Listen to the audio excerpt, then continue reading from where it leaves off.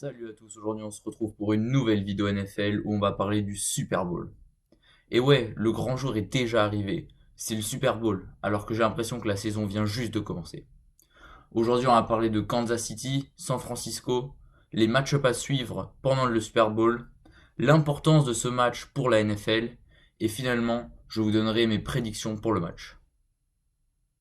Mais avant que la vidéo commence, n'oublie pas de t'abonner, de liker la vidéo, commenter et partage-la avec tous les autres fans de football américain, car c'est vraiment un événement à ne pas manquer. Pour commencer, on va parler de Kansas City, les champions de l'AFC. Ils ont battu les Texans en Divisional Round et les Titans en Championship Round. Ils sont menés notamment grâce à leur attaque et à leur leader Patrick Mahomes, mais aussi avec toutes les armes qu'ils ont sur cette attaque, notamment Tyreek Hill, Michael Harmer Jr. au poste de receiver et Travis Kelce au poste de tight end. Ils ont beaucoup de momentum avec cette victoire face aux Texans où ils perdaient 24-0 et où ils ont réussi à remonter en inscrivant plus de 50 points dans le match. Et même en Championship Round, ils perdaient par 10 points au premier quart-temps face aux Titans et ils ont réussi à revenir en... grâce à leur attaque. Mais c'est pas que leur attaque, c'est aussi leur défense. Même si beaucoup de personnes doutent sur cette défense, depuis le début de la saison, ils réussissent à prouver les gens le contraire. Notamment en stoppant Derrick Henry le week-end dernier, lui qui a lui tout seul à éliminer les Patriots et les Ravens. Les Chiefs en ont fait qu'une bouchée. Ils l'ont limité et ont éliminé les Titans. Alors je pense que oui, leur défense n'est pas la meilleure de la ligue, mais elle fait franchement l'affaire quand on a Patrick Mahomes, Tyreek Hill, Travis Kelce en attaque. On va maintenant parler de San Francisco, qui eux ont battu Minnesota, puis Green Bay, afin d'avancer au Super Bowl. La conception de leur équipe est un peu différente de celle des Chiefs, car contrairement à l'attaque des Chiefs, je ne fais pas autant confiance à Jimmy Garoppolo que je fais à Patrick Mahomes. Mais la défense des 49ers est vraiment ce qui a construit leur identité tout au long de la saison. Notamment cette defensive line avec Nick Bosa qui va gagner le Defensive Rookie of the Year et qui peut même gagner le meilleur joueur défensif de l'année. Ils ont aussi toute une série de très bons joueurs dans leur secondary et en linebacker. Mais leur attaque a aussi montré ce dont elle était capable avec Jimmy Garoppolo, qui n'a prouvé qu'il n'était pas seulement le remplaçant de Tom Brady il y a quelques années, mais véritablement un quarterback élite en NFL. Ils ont aussi de très bons atouts en attaque, avec Emmanuel Sanders, Deebo Samuel et George Kittle en tight end. Leur offensive line est tout de même un peu fragile, mais vu les plus de 200 yards de run que Raheem Mostert a eu la semaine dernière, on se fait pas de soucis pour leur attaque. Donc globalement, je trouve que les 49ers ont une équipe mieux équilibrée que les Chiefs, qui eux sont très offensifs et ont un peu plus de mal en défense, alors que les 49ers sont eux très forts dans les deux départements. À voir qui gagnera le Super Bowl. On va donc maintenant parler des match-ups à suivre pendant le match au Super Bowl et qui pour moi vont déterminer le résultat de ce match. Alors on commence avec le tight end George Kittle de San Francisco, nommé en tant que All-Pro, donc le meilleur tight end de la ligue. Comment les Chiefs vont-ils l'arrêter? Et la réponse est grâce à Tyrann Mathieu. Donc ce match-up George Kittle-Tyrann Mathieu va vraiment décider si la défense des Chiefs va pouvoir arrêter les San Francisco ou si les San Francisco vont continuer à dominer comme ils l'ont fait pendant plusieurs matchs et pendant toute la saison. Le deuxième match-up à suivre est l'inverse, avec le tight end des Chiefs, Travis Kelce.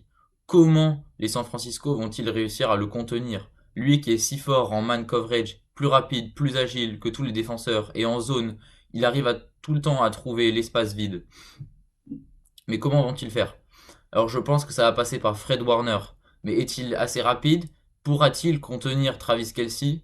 Les 49ers vont-ils trouver un nouveau plan, un nouveau design de zone pour l'arrêter? Cela reste à voir. Et finalement, le troisième match-up déterminant sera Tyreek Hill face à Richard Sherman. Tyreek Hill, tout le monde le connaît pour sa vitesse explosive. Et Richard Sherman, un des meilleurs corners de la ligue, se retrouve encore une fois au Super Bowl, après les deux fois où il y a été avec les Seahawks. Comment va-t-il réagir sous la pression? Réussira-t-il à arrêter Tyreek Hill?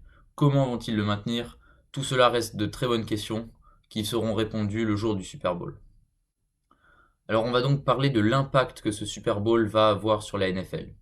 Donc le Super Bowl est toujours l'événement sportif le plus regardé aux États-Unis, le plus télévisé. Et donc la ligue joue gros pour le Super Bowl chaque année. Notamment financièrement, avec toutes les publicités qui vont passer pendant le Super Bowl rapportent énormément à la NFL. Et donc c'est pour ça que ce Super Bowl a intérêt à être grandiose afin que les États-Unis entiers profitent de ce spectacle.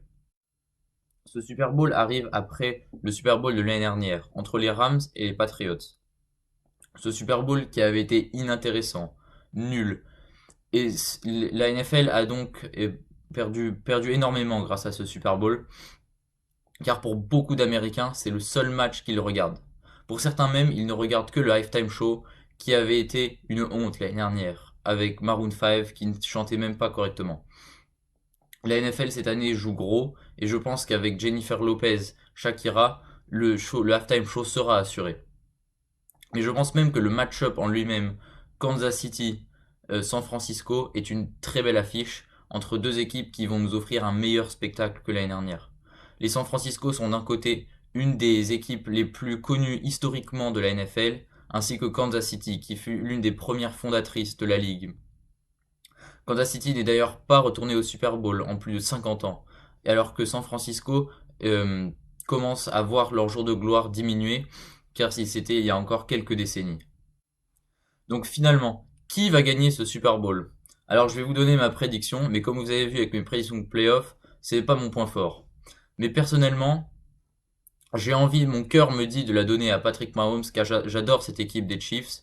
J'ai envie de voir Terrell Suggs soulever le Super Bowl encore une fois. Mais je pense que les San Francisco ont eux aussi leur mot à dire, et que tout au long de la saison, ils ont prouvé qu'ils étaient une des meilleures équipes de la ligue. Mais je sais pas. Quelque chose me dit que les Kansas City vont remporter ce Super Bowl, le deuxième Super Bowl de leur histoire avec 50 ans de différence. Et je pense que Patrick Mahomes va établir une dynastie avec Andy Reid à Kansas City. Merci à tous d'avoir regardé cette vidéo. Pour plus de vidéos, likez, abonnez-vous et partagez cette vidéo. Et dites-moi en commentaire qu'est-ce que vous voulez que je fasse comme prochaine vidéo qui pourrait être en relation avec le Super Bowl. Merci à tous.